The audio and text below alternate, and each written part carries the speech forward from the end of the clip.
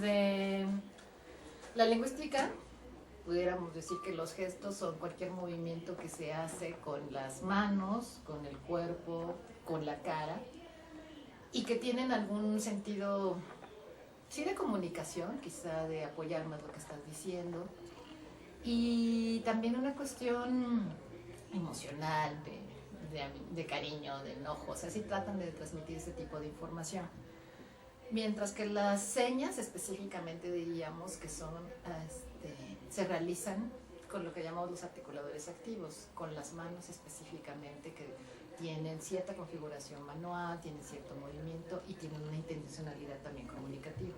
Pero no diríamos que son movimientos de la cara, por ejemplo, o del cuerpo, que serían las señas. En realidad, desde el ámbito de la lingüística de las lenguas de señas, estos movimientos que se hacen con la cara, con el cuerpo, con la cabeza, se llaman rasgos no manuales, porque todo lo demás, las señas como tal, empleamos las manos para poder hacerlas.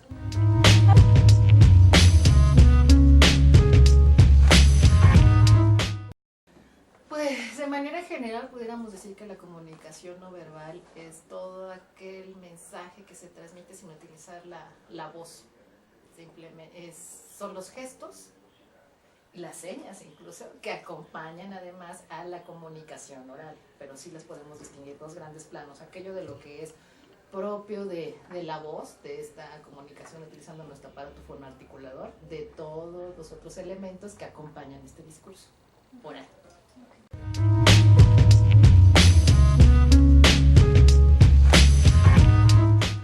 Sí, de hecho tiene que ver con cuestiones culturales, además cuestiones familiares, cuestiones que digo que es la marca de la familia, gestos que además solo se utilizan en cierta familia y que los miembros son los que conocen ese código, y a los que no son parte de la familia, que no tienen acceso a este código, pueden malinterpretarlos. Ahora, también hubo un estudio de Jacobson, si mal no recuerdo, en donde decía, los gestos no son universales. De hecho, podemos decir, para todos pareciera que este gesto es de sí, de afirmación, pero en otra parte del mundo, esto no es sí, en realidad es una negación. Entonces, claro que se confunden, porque al final los gestos tienden a ser convencionales, es una comunidad que comparte la misma información. Entonces, es decir, ¿me pueden confundir? Sí. ¿Lo puedes malinterpretar? Claro que sí.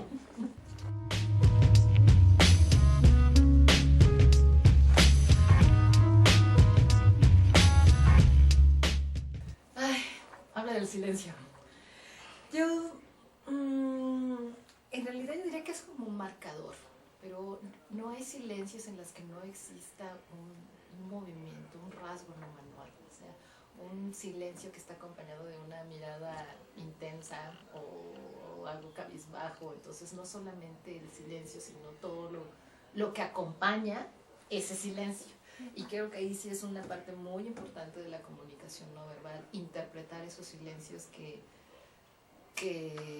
pueden transmitir diferentes significados, pero tiene que ver con la situación contextual de estos movimientos que te digo, estas miradas que te hacen ver si, bueno, ese silencio es de que quiere que yo hable, o de que da por terminada la conversación, o de que no se entendió, o de que se la está pasando muy mal, una cuestión así de ánimo que el otro empáticamente tendría que estar interpretando.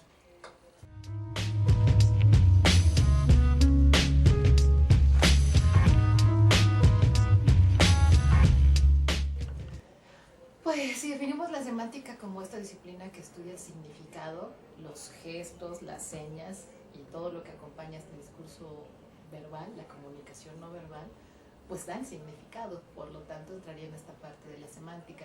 Sin embargo, también es muy cierto que no todos le dan el mismo peso a este componente. Incluso hay quien dice, no, esto no es parte del sistema lingüístico.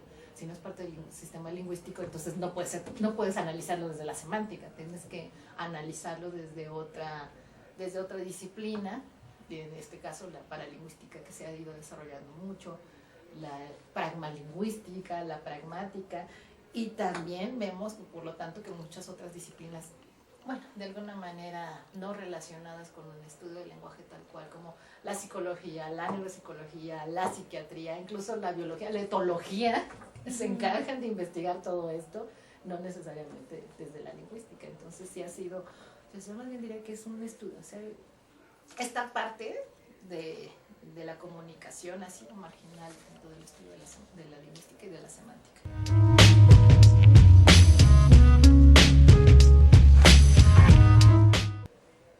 Yo creo que sí, y que es muy interesante y que justo ahora, insisto, hay toda una serie de estudios que dicen, no hemos visto al menos a nadie que se comunique sin utilizar las manos o sin utilizar algo o sin esperar que el interlocutor esté haciendo algo que diga, ay, voy bien, ¿no? Lo que estoy diciendo es interesante, lo está entendiendo sin necesidad de que diga sí, no, regresa. Entonces, desde las lingüísticas, por supuesto que sí se puede analizar y creo que se están generando muchos estudios muy interesantes con respecto específicamente a los gestos, a las señas, a la comunicación no verbal.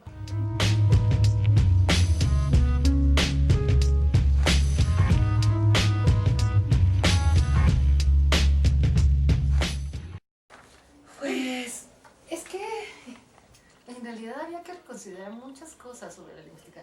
Lo que nos dijeron es que una definición de la lingüística es que era la ciencia que estudia el lenguaje, ¿no? Y el lenguaje entendiéndolo como signos doblemente articulados, y estos signos doblemente articulados eran los fonemas y los morfemas. Y nos dijeron los fonemas son las unidades mínimas de significado que en una relación sintagmática producen un cambio de significado, y la morfología, las unidades mínimas son los morfemas, que son las palabras, y con estas palabras formamos oraciones y las oraciones formamos discurso, y todo eso nos lleva a imaginar, a crear, a comunicarnos. Era una definición muy general, pero además incluso en esa definición jamás están hablando de cuál es el canal de la producción. Entonces, y esa fue la discusión en este caso para las lenguas de señas, en decir, es que los fonemas solamente son cuestiones articuladas, solamente pueden ser con el aparato fonador, cuando en la definición de lingüística como tal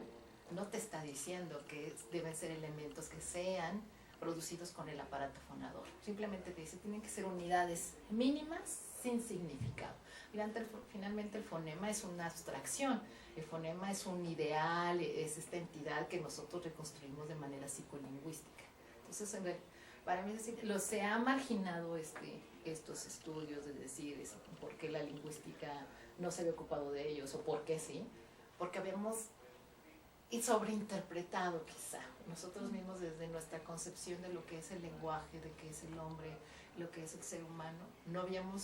Solo habíamos considerado que esta emisión de sonidos era lo único que se podía considerar para analizar, y descartamos todo lo demás, y durante muchos años además nos compramos esa idea, como decir, no, pues a mí me dijeron que solamente puedo estudiar los sonidos vocálicos y consonánticos, y después vimos los tonos, por ejemplo, hay lenguas que se manifiestan con tonos, y entonces rompieron muchos esquemas. En el caso también de las señas, de las lenguas de señas, tuvieron que romper con muchos paradigmas que estaban restringidos, como solamente las únicas lenguas naturales son las lenguas orales y auditivas. Entonces, el estudio también de las lenguas de señas rompe esas circunstancias de decir, no, también se articulan con las manos, con el cuerpo, con la cara, con el espacio, pero además encontramos que en las lenguas de señas también hay gestos que no tienen relación con el sistema lingüístico. Entonces, si un sordo quiere decir que está enojado, no puede hacerlo así como una cara de felicidad. O sea, el gesto, la seña, tienes que tener un gesto enojado. Y si estás muy enojado, todo tu cuerpo además como que entra en tensión, parece que está muy enojado. Es decir, que ya no es parte solamente del sistema lingüístico como una configuración manual, unos rasgos no manuales, sino además una intención. Entonces eso es extraordinario, decir, ¿cómo es que el hombre puede manifestar tantos significados empleando todo se puede emplear? Entonces no podemos dejar de un lado el estudio de los gestos, que lo hicimos durante mucho tiempo, insisto, por esta interpretación que hemos hecho sobre lo que era un sistema lingüístico, y que ahora nos corresponde decir, pues valdría la pena analizar todo lo que acompaña a la lengua oral, incluso tengo las lenguas de señas que acompañan, que están las lenguas de señas que no hemos estudiado. Y hay algunos estudios muy interesantes de las madres sordas con bebés sordos, que dicen, las mamás sordas tienen que tienen que enseñar la lengua de señas como la lengua materna, pero además tiene que dar toda esta cuestión de afectividad. Entonces, como desde bebés, incluyendo un bebé sordo, distingue entre los gestos que son de afecto, que no son del sistema lingüístico. Entonces, distingue este tipo de expresiones. Entonces, para mí decir, los seres humanos estamos dotados de esta propiedad, ¿no? De este sistema que lo podemos manifestar de diferentes modalidades, diferentes canales. Entonces, sí habría que estudiarlo, la lingüística lo puede hacer, y creo que más bien es volver a revisar nuestras propias concepciones sobre el lenguaje, revisarlas.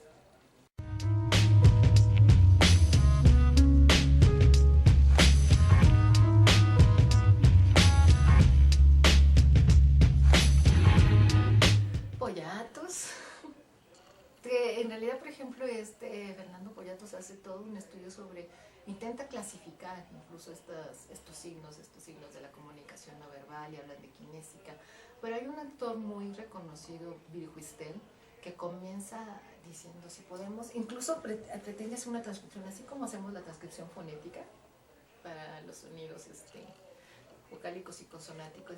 Yo creo que podemos hacer una transcripción de las señas. Entonces marca cómo podemos utilizar, cómo señalar dónde están las manos, los brazos, qué orientación, qué ángulos, etc. Y él en realidad con su formación, además de antropólogo, se dedica a ver qué es lo que hace la gente, en este sentido para registrar y decir, encontrar regularidades en los gestos. Trata de decir, bueno, ¿por qué en varias partes del mundo es una seña para pedir aventón, ¿no? ¿Qué hay detrás que el hombre de manera convencional puede utilizar este tipo de señas? O si haces esta, ¿no? O sea, así, hola, adiós, o ven, ¿no? Como un poquito, que se ha visto.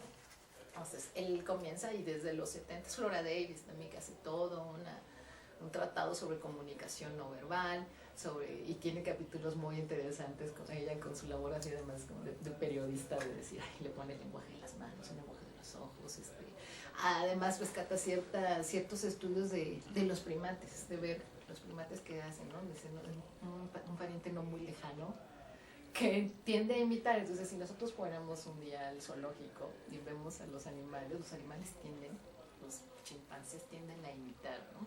A veces tienden a imitar lo más malo, que también dices, ay, la gente le parece muy gracioso ver a un chimpancé fumando, ¿no? Dices, bueno, ¿qué está imitando el pobre mono? Pero entonces, ¿cómo es que aprendemos, además? Que aprendemos los gestos, como desde niños también aprendemos muchos gestos, y no en vano las mamás dicen, ay, ya ves a los ojitos, ¿no? Ya tienes al bebé haciendo así ojitos, ay, qué simpático, y sonríe, y a ver, ay, bien, y di adiós.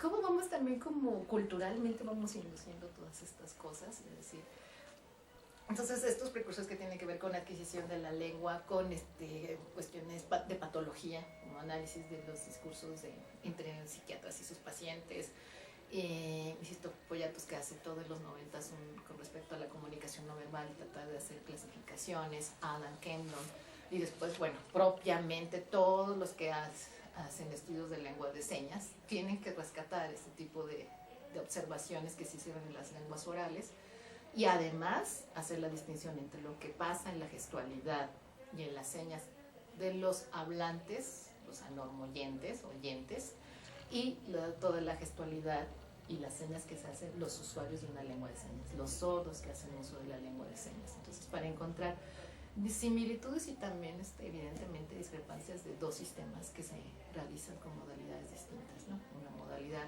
visual gestual y una modalidad oral auditiva.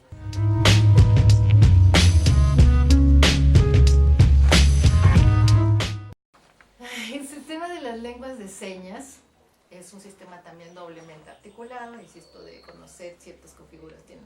En la lengua de señas mexicana, al menos en la investigación que yo realicé, encontré 101 configuraciones manuales. Entonces, todas las posibilidades articulatorias que tenemos son impresionantes. Entonces, pero además de las configuraciones manuales, tenemos movimientos, o sea, las señas se realizan con ciertos movimientos, y estos movimientos también son muy distintos, ¿no? Movimientos lineales, movimientos en zigzag, movimientos en 7, distintos movimientos. Y luego además hay una parte muy importante, que es el uso del espacio. El enseñante utiliza el espacio para hacer marcación de errores. Entonces, si yo te digo, te enseño, se la enseña de enseñar, pero si lo hago así, es yo te enseño, pero si yo lo hago así, es tú me enseñas. Entonces se potencializa la seña y el movimiento para poder, igual si yo te digo, ay,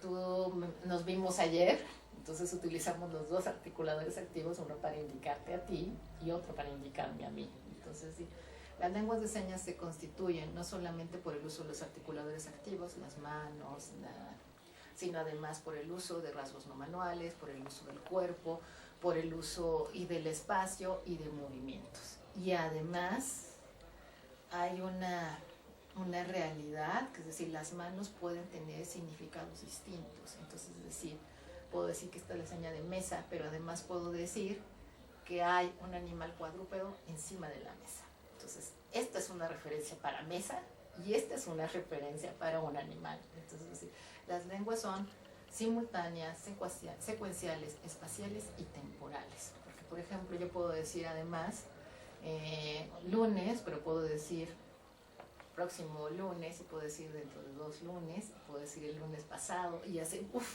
el lunes, pero de hace mucho tiempo, ¿no? Entonces, tienes referencias además espaciales en el sentido de marcar el tiempo. Este es nuestro tiempo presente, nuestro tiempo no marcado. Lo que hagas hacia adelante puede ser el futuro, lo que hagas hacia atrás puede ser el pasado, pero además puedes hacer una especie de un pequeño escenario como de obra de teatro y ubicar aquí a ciertos participantes, además en cierto tiempo. Entonces, si esto es cuando yo era niña y esto en mi tiempo presente y esto es lo que creo que va a ocurrir. Entonces, la lengua se vuelve varios escenarios con diferentes referencias temporales. Entonces, eso es muy interesante de ver cómo es que el usuario de las lenguas de señas construye muchas referencias espaciales, temporales, vivenciales. Entonces, la lengua entonces es secuencial, espacial, temporal y simultánea. Es muy, muy compleja. Los usuarios y todos los usuarios de las lenguas de señas pues potencializan los recursos que tienen, lo que nos habla de cómo es que el hombre finalmente ha sido dotado para tener una lengua independientemente de la modalidad en que se realice. Todos podemos tenerla, entonces, ya sea oral o ya sea de señas.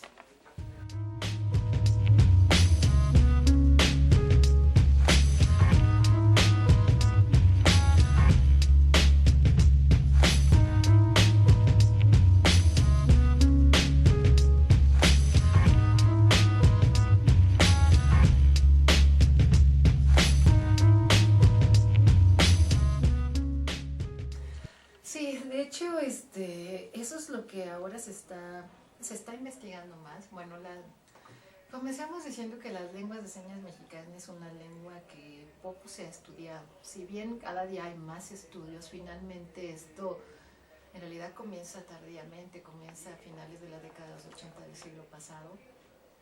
Ha tenido un desarrollo incipiente, luego en los 90, en el 2000, entonces decir, bueno, hay una lengua de señas mexicana que reconocen todos los sordos usuarios de la lengua. ¿Sí? Esta es la LSM. Y en ese reconocimiento de que tenemos una lengua, la lengua de señas mexicana, los usuarios sordos que viven en distintas comunidades del país encuentran diferencias. Y decir, bueno, no, para mí la seña de Puente de Isla, que puede ser esto, para alguien que vive en Puente de Isla, dice, no, esa no es la seña de mi pueblo, la seña de mi pueblo es esta, ¿no? Entonces, sí, encontramos esas variantes, encontramos uso en algunas comunidades sordas donde se utiliza más la dactilología, por ejemplo, o la inicialización, y hay otras comunidades en que te dicen, no, yo no soy partidario, por ejemplo, de ese tipo de señas. También que encontramos, por ejemplo, y eso es muy interesante lo que está haciendo Oliver Leduc, sobre la lengua de señas maya. Entonces tenemos una lengua de señas que coexiste además con la lengua de señas mexicana, que es la que decimos que es la que se utiliza en toda la república. Hay regiones en particular del país en donde hay una lengua de señas diferente, la lengua de señas maya, que tiene que ver con la cultura. De hecho, lo que está estudiando es esto, de decir, bueno, pero entonces están rescatando cuestiones culturales de la lengua. Sí. Entonces, por ejemplo, la seña de México, ya no recuerdo específicamente el signo, pero cuando uno le pregunta a los sordos en Mérida y en estas comunidades que utilizan lengua de señas maya, en realidad no te hablan de México, te hablan del presidente Porfirio Díaz. Entonces, porque uno les pregunta, oye, ¿por qué esa seña? Ah, pues porque me acuerdo que tenía que ver con esto, del monóculo que tenía. Entonces decía, es que esa es la seña de México. Y tiene que ver con cultura y tiene que ver con un montón de cosas que se fueron quedando, ¿no? Es decir, bueno, entonces es muy interesante. Y lo que ahora estamos viendo en la frontera norte es el contacto con la lengua de señas americana. Entonces, cómo se van introduciendo ciertas señas que es muy interesante. Finalmente te habla de la viveza de la lengua.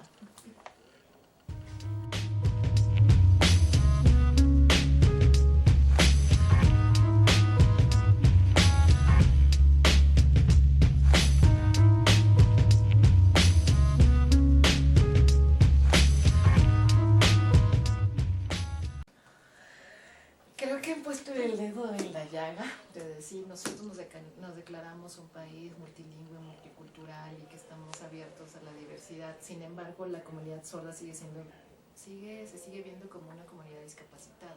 O sea, no le están reconociendo el derecho a que han tenido una tradición, una historia, costumbres y una lengua que se generó a partir del intercambio entre un grupo de personas sordas que tuvieron las mismas experiencias, que tuvieron el mismo contacto y que fue realizándose la lengua. Entonces la lengua, en este sentido, si tú dices que los usuarios de esta lengua son discapacitados, entonces ya los colocas en otro costal, en otro nivel. Si tú dices, no, si es una comunidad lingüística minoritaria, deberíamos reconocer la lengua como ocurre con las lenguas indígenas, el zapoteco, el mixteco, etc. Y pareciera que los sordos usuarios de lengua de señas no tienen el mismo estatus. O sea, siguen siendo los discapacitados los que no escuchan de, ay, pobrecitos. Si un día aprenden a escuchar con auxiliares auditivos, implante coclear y demás, ya se podrán integrar en la sociedad. De hecho, hay quien dice, pobres, usan la lengua de señas y los aísla de la sociedad. Entonces, los ponen en otro cuando dices, bueno, un hablante de mixteco que no se puede comunicar en español, también está aislado de la sociedad. Nunca diríamos algo así. Pero en el caso de los sordos sí, se dice, si no adquieren la lengua oral, nunca se van a integrar.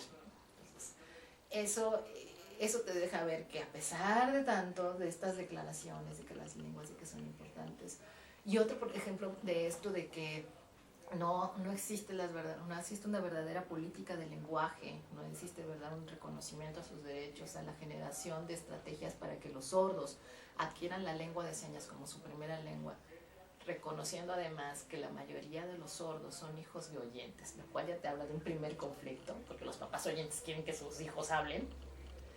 Se requeriría entonces de que se formaran escuelas en donde los niños fueran a aprender la lengua de señas y que la familia también aprendiera lengua de señas, porque lo que encontramos son niños sordos que están aprendiendo la lengua, pero que la familia no quieren aprender, o sea, los padres no quieren aprender la lengua. La mayoría es el hermanito el que aprende la lengua, en este sentido de empatía con su hermano, aprende la lengua. Y que además la lengua de señas se reconoce como lengua, pero en el capítulo sobre la discapacidad.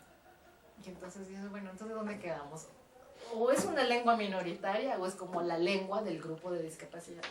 Entonces queda todo viscoso, queda todo ambivalente, entonces no se ha generado. Sigue siendo un grupo minoritario, sigue siendo un grupo discriminado, sigue siendo un grupo al que no se le reconocen sus derechos. O sea, todavía la lengua con su estatus de lengua natural no es reconocida por la mayoría.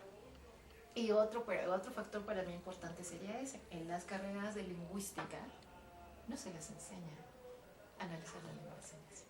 O sea, en algún momento de la vida dicen, sí hay lenguas orales, lengua escrita y lengua de señas. Gracias, entonces no hay más.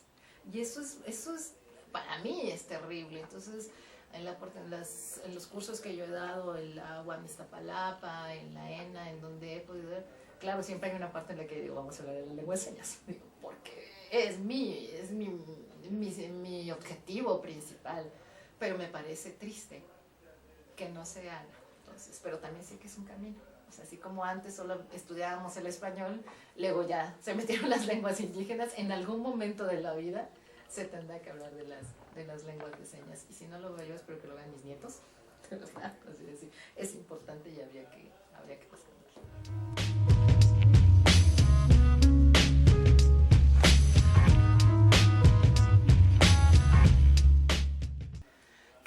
haciendo cosas importantes, están dando los pasos. La comunidad sorda también ha crecido en el reconocimiento, en ellos, en luchar por el reconocimiento de sus derechos. Y han abierto más espacios, o sea, ya hay más grupos de sordos que incluso van y van a las escuelas y dicen, nosotros queremos dar una plática, y si hay niños sordos quieren ser parte de la escuela, del modelo bilingüe. O sea, sí se han tratado de hacer ya varias cosas como para sensibilizar a la población. El hecho de que ya haya también noticieros en donde pasa la lengua de señas, también eso es importante. Porque antes nada más teníamos a Lolita Ayala con sus 5 minutos de señas, y yo digo, y esto por favor evítelo, ¿no es cierto? No, sí que salga. Sí.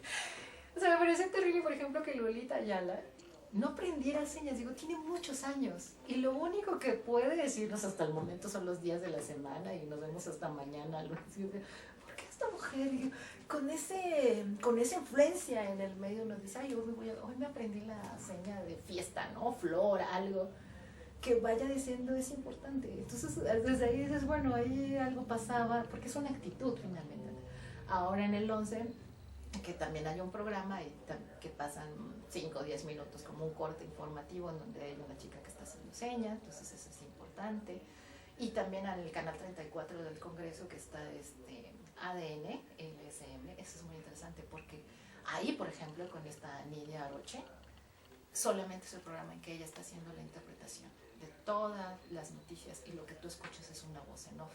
Entonces ya salió del cuadrito aquí de discriminación, de que está señalando la intérprete, que es ella la que está haciendo, como una reportera que está leyendo la noticia, ella está haciendo las señas. Y es muy interesante porque además creo que habría que investigar lo que se está haciendo de estas señas que se están haciendo con respecto a cuestiones jurídicas, ¿no? ¿Qué significa no sé, derecho, por decir cualquier cosa, ¿no? Ley, norma? Entonces ella va explicando. Parece interesante lo que ahí se está haciendo, es decir, vamos a abrir espacios, a colocar la lengua que sea visible, que deje de ser invisible, y son los medios informativos. Y también los sordos, que habrán utilizado muchísimo estos sistemas de Facebook, Internet y demás. Es bien interesante ver lo que están haciendo, están subiendo videos, y hay debates sobre lengua de señas, y a mí me parece muy interesante y además muy importante, porque la comunidad tiene que reflexionar sobre su propia lengua, para que la lengua crezca, para que la lengua siga. Porque te preguntan también, a mí me preguntan seguido así como, ay, ¿cómo dices la seña de, no sé, Guanábana? Y yo digo, por Dios, dije, la seña de Guanábana. Entonces, y lo que pues la deletrea porque no sé la seña. Entonces también es como cuando me dicen, es que si no tienes la seña es que no existe, entonces el vocabulario de la lengua de señas es así. No es así, no es así. Pero eso te habla de cultura, eso te habla de educación, eso te habla de las necesidades que ha tenido la comunidad. Y entonces, mientras la comunidad tenga una mayor escolaridad, se enfrente a otras situaciones, ¿qué va a hacer? Va a ser que haya necesidad de tener más señas, pero además de construir conceptos científicos, conceptos que ya no solo es decir agua, comida, pan, sino ahora vamos a hablar de la nanotecnología. Pues vamos a ver qué es lo que vamos a hacer para que en el discurso en señas podamos decir esto. Todo se puede decir en todas las lenguas, pero hay que ver cuál es el proceso y de cada comunidad. Entonces, solo así, abriendo los espacios y sentándonos y reflexionando sobre la lengua, los sordos, los oyentes, los lingüistas, los alumnos de las carreras de lingüística, de letras y demás, yo solo creo que así se puede dejar de ser esta comunidad y su lengua de esta marginación en la que han estado durante tantos y tantos años. Muchísimas gracias. De nada.